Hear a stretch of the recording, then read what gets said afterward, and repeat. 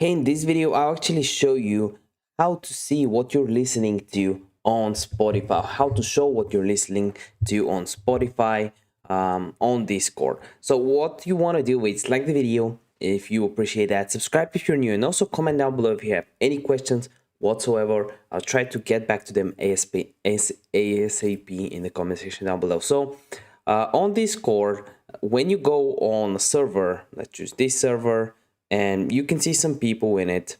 You can see what other people are doing if they have some connections allowed. So to have Spotify here right next to your name, what you want to do is click on the three dashes right here.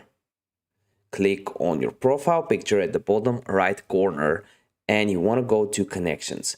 And on connections, you need to say display on profile. You need that, and display Spotify as your status. This is what you want to have.